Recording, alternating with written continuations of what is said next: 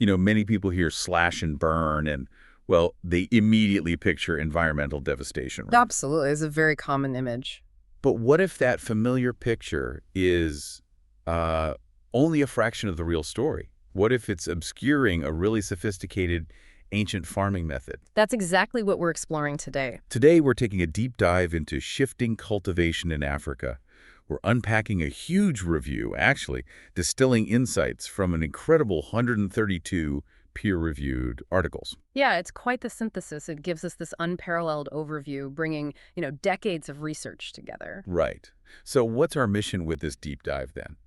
Well, our mission is really to cut through those preconceived notions, the noise, and Yeah. try to understand the complex and honestly often contrasting effects of this practice. Contrasting effects, how so? We'll be looking at everything from its nuanced environmental impacts, think carbon, soil health, all the way to its crucial role in people's daily lives, their livelihoods, even their cultural identity across sub-Saharan Africa. Yeah. And the key thing is, this isn't just about listing what happens. We want to dig into why it matters and, how our understanding of this ancient system is actually constantly evolving. Okay, so let's start with the basics. When you talk about shifting cultivation, what exactly are we defining? Because, like I said, many just think slash and burn, but you're saying it's more nuanced, maybe even a form of sequential agroforestry. That's a great way to put it. Shifting cultivation, sometimes called Swidden agriculture, it's a traditional land management system. Indigenous communities in Africa have been using it skillfully for centuries. Centuries. Wow. Oh yeah, it's really a pivotal adaptation, especially in tropical and subtropical regions.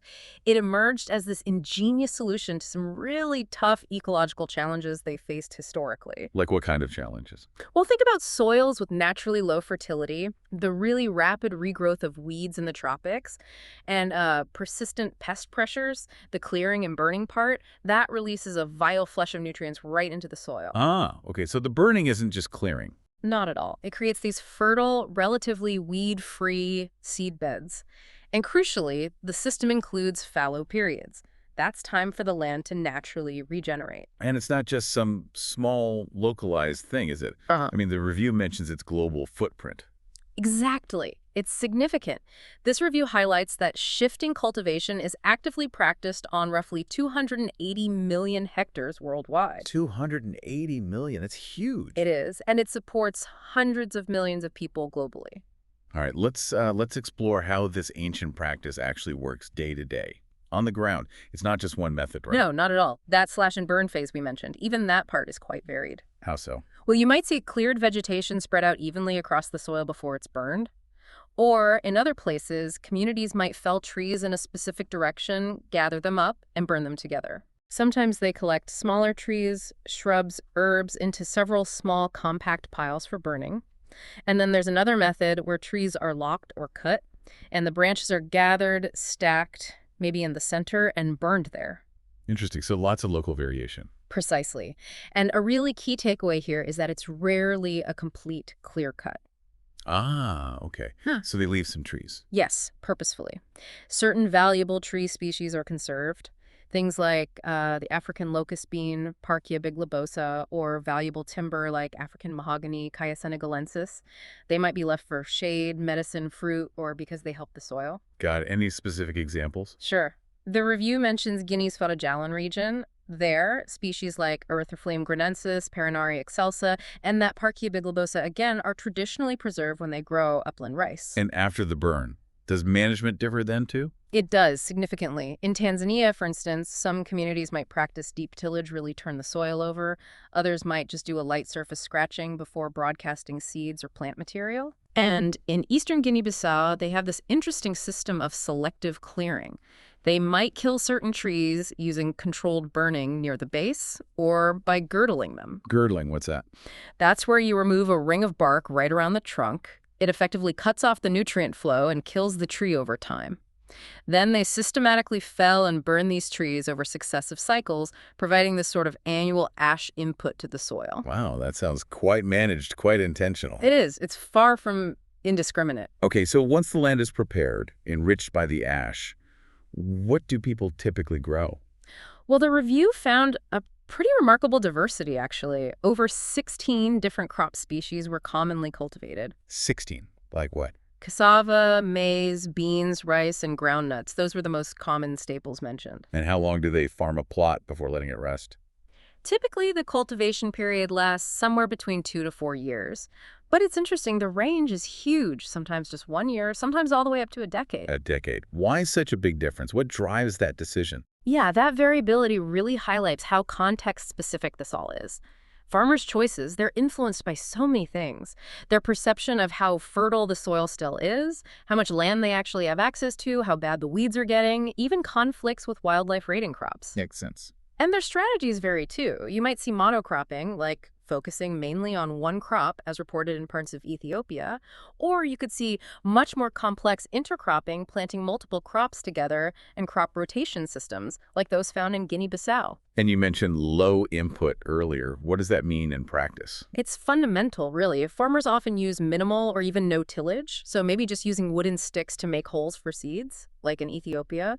And crucially, they rely on the natural fertility, the ash, the fallow period. They generally don't use synthetic fertilizers. Okay, so after the cultivation comes that vital next step, the fallow period. This is when the land gets to rest and regenerate, right? Exactly. The fallow is critical. It allows nature to rebuild soil fertility for vegetation to grow back. How long does that usually take? Again, it varies. It can be as short as just 1 year or as long as 20 years. But most commonly, the review found it falls somewhere between 6 to 8 years. And the ratio, how much fallow time compared to cropping time? That varies too, generally around 1 to 2, so maybe 8 years fallow for 4 years cropping. But sometimes it's much higher. The review mentions ratios up to 7.7 in some places. But is this system stable? I mean, are fallow periods staying long enough? That's where we hit a critical and frankly worrying trend highlighted in the data. Oh, Fallow periods are shrinking pretty much across the board in diverse regions of sub-Saharan Africa. why is that happening? It largely comes down to increasing population pressure. More people means more demand for farmland, more demand for food. There's just less land available per person to leave fallow for long periods. Can you give examples? Yeah, the review cites cases like in Guinea, where fallows have reportedly shrunk from around 17 years down to 8 years. Or in Madagascar, dropping from maybe 15 years historically down to just 5 years now. Wow, 3 to 5 years doesn't sound like much rest. What are the consequences? Well, the broad scientific consensus is pretty clear. These shortened fallows consistently lead to problems. You see things like woodlands converting to more degraded scrub or bushland, reduced tree diversity, and declining soil fertility over time. So longer fallows are better, generally speaking. Generally, yes. Longer fallows are definitely crucial for proper soil and vegetation recovery. However, and this is important, it's also clear that the optimal fallow length isn't one size fits all. It's highly site-specific. Depending on. Depending on the local climate, the soil type, the kind of vegetation that naturally grows there, and of course, the needs of the local people. You mentioned earlier they sometimes leave trees standing during clearing. Does that help during the fallow? Absolutely. That's a crucial adaptive strategy. Conserving specific tree species, these residual trees, they act as vital ecological legacies. They help with seed dispersal for forestry growth, and they can improve soil fertility right underneath their canopies, boosting organic carbon, nitrogen, phosphorus in those spots. Okay, so given all this complexity, this cycle, what does the synthesis of these 1 in 32 studies actually tell us about the overall environmental impact? Let's maybe start with the vegetation itself. How well does it recover? Yeah, for vegetation, the findings are quite nuanced, a bit mixed, actually. So, Some studies do show a surprisingly rapid recovery of, let's say, the number of tree species in these secondary forests after cultivation stops. okay, that sounds positive. It does, but other studies indicate a much more gradual restoration of the original forest species, especially the endemic ones, those found only in that specific area. So the number of species might recover, but maybe not the same species as before. Exactly. It highlights this critical distinction. Initial biodiversity metrics might bounce back relatively quickly, but the quality of that recovery, getting back the full range of ecosystem functions provided by the original forest, that seems to be a much slower process, often taking decades. Right. And what about carbon storage? That's obviously a huge topic globally. How does shifting cultivation impact that? That's an excellent point, and yeah, it's complex. The impact on above-ground carbon stocks varies significantly by region. Can you give an example? Sure. In the Miamba woodlands of Tanzania, for instance, researchers found moderate carbon recovery during the fallow period. Trees were accumulating carbon at a rate of about 0.83 megagrams. That's 830 kilograms per hectare per year. Okay. And how does that compare elsewhere? Well, in stark contrast, studies in the Congo Basin paint a less optimistic picture. They found only about 43% recovery of the original above-ground carbon, even after 60 years of forestry growth following cultivation. 60 years, and not even halfway back. Why such a big difference? That's the key question, isn't it? These disparities really show that the outcome isn't just about the practice itself. It's deeply influenced by factors like the type of forest that was there to begin with, the specific way the fallow period is managed locally, and the intensity and frequency of the burning cycles used in that particular region. Okay. Now, soil. When we think slash and burn, I think most people, myself included, immediately picture soil degradation. What does the bulk of the research actually say? Well, your intuition isn't wrong. For soil, the picture is definitely varied, but many studies do show detrimental impacts, especially from repeated burning and those shortened fallows we talked about. Detrimental how? We're talking things like reduced organic matter in the soil, loss of important nutrients, and increased risk of erosion, especially on slopes. The act of burning itself can directly affect soil fertility. High temperatures can cause nutrient volatilization. Volatilization, like nutrients just disappearing into the air. Kind of, yeah. Yeah. Certain nutrients, when heated intensely, can turn into gases and escape into the atmosphere. Think of it like water boiling off as steam, but for things like nitrogen or sulfur. Okay, that sounds pretty negative. Hmm. But you also said earlier that the practice originally emerged partly to overcome low soil fertility. Mm-hmm. How do those two things square up? Is it about how often it's done or how intense the fire is? Or Yeah. That's the crucial point. This is where the nuance really matters, because a contrasting perspective also emerges from the research. Okay. For example, studies in Western Ethiopia looked at systems where farmers practiced no tillage and deliberately left crop residues on the fields. In those specific cases, they found no significant negative effect on soil organic carbon or total nitrogen compared to nearby natural forests. Interesting. So the specific way it's done matters hugely. Hugely. It tells us the impact isn't universal. It's highly dependent on the local cultivation practices, how long the fallow is, the management strategies, and what's more, that burning, while potentially harmful in excess, can, in the short term, actually liberate nutrients that were trapped in the plant biomass. Liberate them. Yeah, making them available in the soil. This can temporarily increase the soil pH, making it less acidic, and boost levels of key nutrients like ammonium nitrogen, available phosphorus, and exchangeable potassium and calcium. So it's not simply good or bad, it's about the context, the balance, the management. It's incredible how every layer of this system seems to respond differently. Even the tiny soil microbes are affected, I gather. They absolutely are. There was a study in Nigeria mentioned in the review. It found an initial significant decrease in microbial diversity and abundance within just 2 weeks after burning. Okay, that makes sense. Fire sterilizing things. Right. But then, surprisingly, they observed a significant increase in both diversity and abundance after just 6 weeks. An increase. Faster than before. Yeah, suggesting a rapid, perhaps temporary, but definite rebound, or maybe even stimulation of certain microbial groups after the initial shock. Fascinating. Okay, let's shift gears a bit. Beyond the ecology, how deeply is this practice, shifting cultivation, Yeah. embedded in the actual lives of local people, their livelihoods? Oh, it's absolutely a crucial pillar for many communities. This practice isn't just about growing a crop. It's fundamental for food security because it often allows for diverse crops to be grown together or in rotation. Right, not putting all eggs in one basket. Exactly. And it also generates essential employment. Think about it, clearing land, planting, weeding, harvesting. It's all quite labor intensive, which means jobs within the community. And culturally, is there significance there? Immense significance. What's truly fascinating here is its deep cultural role. It often contributes strongly to community, identity, and unity. Rice cultivation in Madagascar, for example, which is often done using shift methods, isn't just about a staple food, it's a cornerstone of their diet and culture. Is there any way to quantify the economic value? Some studies have tried. The review mentions research in the Democratic Republic of Congo, where households engaged in shifting cultivation earned an average annual income of about US $940. Their per capita income, around $188, actually slightly exceeded the national GDP per capita back in 2008 when the study was done. Wow, So it's economically relevant, too. Definitely. And importantly, farmers themselves often perceive it as an efficient method, one that requires minimal external inputs like fertilizers or pesticides, making it really well suited to their local circumstances and resources. Okay, what about the animals? How do wildlife populations respond to this cycle of clearing, cultivation, and regrowth? Well, their response is very widely. It really depends on the animal group you're looking at. Let's take birds, for example.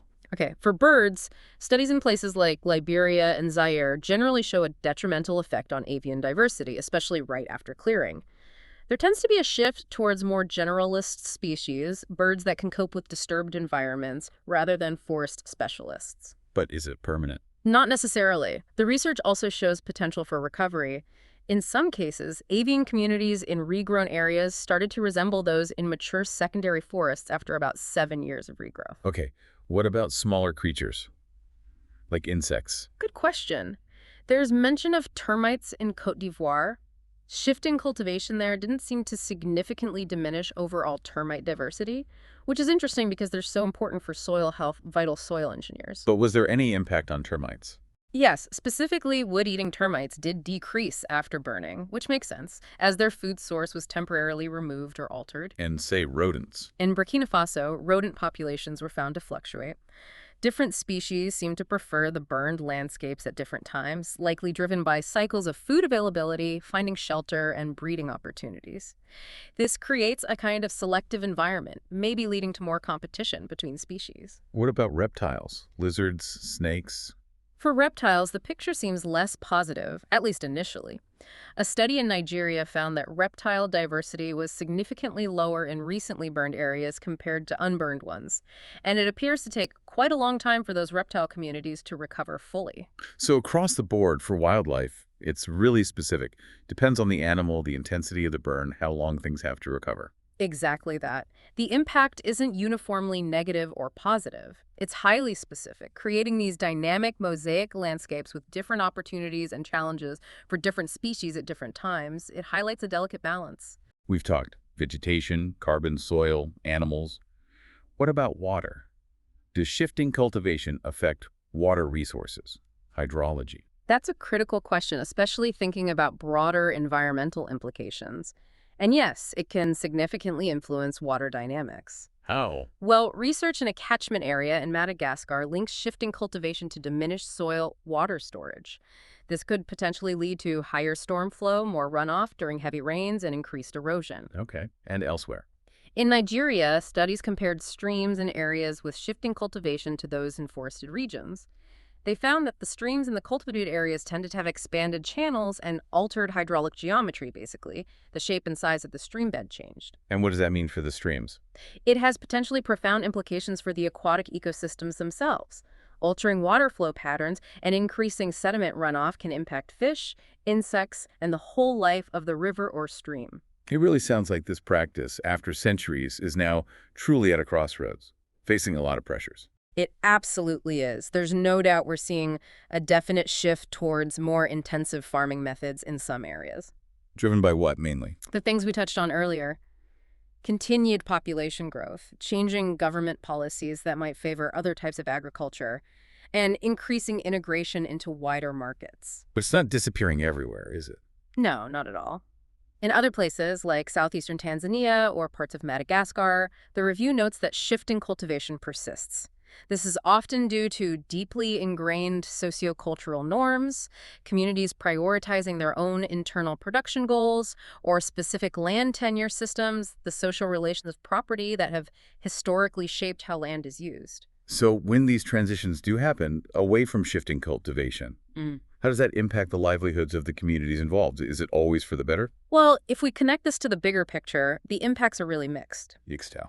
Some communities have certainly adapted, maybe diversified their activities, and potentially improved their standard of living, finding new economic opportunities. But rapid or forced changes, especially without support, can also bring significant challenges. Things like reduced income if new methods fail or require expensive inputs, and even increased food insecurity for some. Are there ecological downsides to transitioning away too? Yes, potentially significant ones. A crucial finding highlighted is that converting traditional shifting cultivation landscapes, with their mix of plots and fallows, into large-scale monocropping agriculture can lead to a significant decrease in soil organic carbon and other vital nutrients. So that impacts long-term productivity. Exactly. It could potentially trap communities in a cycle of needing more and more external inputs like fertilizers just to maintain yields, leading to diminishing returns over time. So given the downsides of just abandoning it and the pressures on the traditional Yep. form, is there research looking into, I don't know, evolving it, transforming it into something perhaps more intensified but maybe fire-free? Yes, there absolutely is. Researchers are actively exploring ways to adapt and evolve shifting cultivation into intensified, potentially fire-free agroforestry systems. Agroforestry, so mixing trees and crops. Right. Examples mentioned include things like alley farming in Sierra Leone, where crops are grown in alleys between rows of pruned trees or shrubs, or developing cashew-dominant agroforests in Guinea-Bissau, integrating a valuable cash crop with other plants. The aim is often to retain some of the benefits of tree cover, like soil health, biodiversity, while boosting agricultural output on the same land. That sounds promising. But are there trade-offs with these alternatives? That's always the vital consideration, isn't it? Trade-offs. Hmm. While these alternatives can certainly boost agricultural production, potentially diversify income, they might also lead to unintended consequences, Such as? such as the loss of the diverse mosaic landscape, that patchwork of fields, fallows, and forest fragments that traditional shifting cultivation often maintains. That mosaic itself can be valuable for biodiversity. And there's also a risk that promoting certain high-value systems like cashew plantations could trigger land rushes. This might lead to negative social outcomes like concentrating land ownership or further environmental issues if not managed carefully. So it's complex. Very. But thinking about shifting cultivation itself as a form of sequential agroforestry, where the trees come back in sequence during the fallow that framing offers opportunities, it suggests we can work with the principles of the system to adapt and improve it for sustainable land management, rather than just replacing it wholesale. It's about finding that careful balance. It's amazing. After centuries of this practice and decades of research, you might be wondering, what don't we know? Are there still big gaps in our understanding? Oh, absolutely. Despite everything we've learned, and it's a lot, there are still significant knowledge gaps remaining. Like what? What are the priorities for future research? Well, several critical areas stand out. We urgently need more long-term studies. How do these systems really perform over decades in terms of soil health, vegetation recovery, carbon capture, biodiversity? The long view is often missing. Okay, long-term effects. What else? Crop yields. It sounds basic, but we actually lack systematic, reliable quantification of crop yields in many of these diverse, mixed systems. Understanding their actual productivity is crucial for assessing their viability now and in the future. Right. Then there are faunal communities, the animals. We have some information, like we discussed, but there are major taxonomic gaps. We know very little about many soil invertebrates, for instance, like termites beyond a few studies, or ants, earthworms, and even small mammals. Their roles are often underestimated. And water. Hydrology, yes, that's another critical area. As we noted, only a handful of studies specifically examine the effects on watershed dynamics. The unique hydrological conditions created by this cyclical clearing and regrowth are still poorly understood. Are the studies geographically widespread? Not as much as you'd hope. Research tends to be heavily concentrated in just a few countries. Madagascar, Cameroon, Zambia are mentioned frequently. Vast areas of Africa where shifting cultivation is practiced remain underrepresented in the scientific literature. And beyond the ecology, we need more research on the socio-economic side. How are evolving farming practices, government policies, land tenure changes, cultural factors, how are all these influencing shifting cultivation and the people who depend on it? And the elephant in the room, climate change. Exactly. Assessing the impacts of climate change on shifting cultivation systems and also understanding their potential role, positive or negative, in climate change mitigation or adaptation strategies, that's paramount given our current global challenges. So it really sounds like, to get this right, to balance food production, environmental conservation, the needs of local communities, we need these much more interdisciplinary approaches. That's the bottom line. We need to integrate ecological insights with social, economic, and policy perspectives. And crucially, incorporate traditional indigenous knowledge, which holds centuries of place-based experience with these systems. So wrapping this up, what does this all mean for our understanding? It's clear shifting cultivation is far more complex than that simple, often negative slash and burn label suggests, isn't it? Absolutely. It's a traditional, often resilient practice, deeply tied to livelihoods and culture. It's capable of ecological restoration, especially when fallow periods are sufficient. But it's also under immense pressure. Immense pressure, leading to transitions with really varied outcomes. It highlights both its enduring utility in certain contexts and the urgent need for a much more nuanced understanding as things change. Okay, a final thought for our listeners to take away. Well, perhaps this raises an important question for you to ponder. As global agriculture desperately searches for sustainable solutions to feed a growing world, could a deeper, more respectful understanding of these ancient adaptive farming systems, especially when we integrate their principles with modern agroecological and agroforestry knowledge, offer some unexpected pathways? Pathways to protect our planet while feeding people.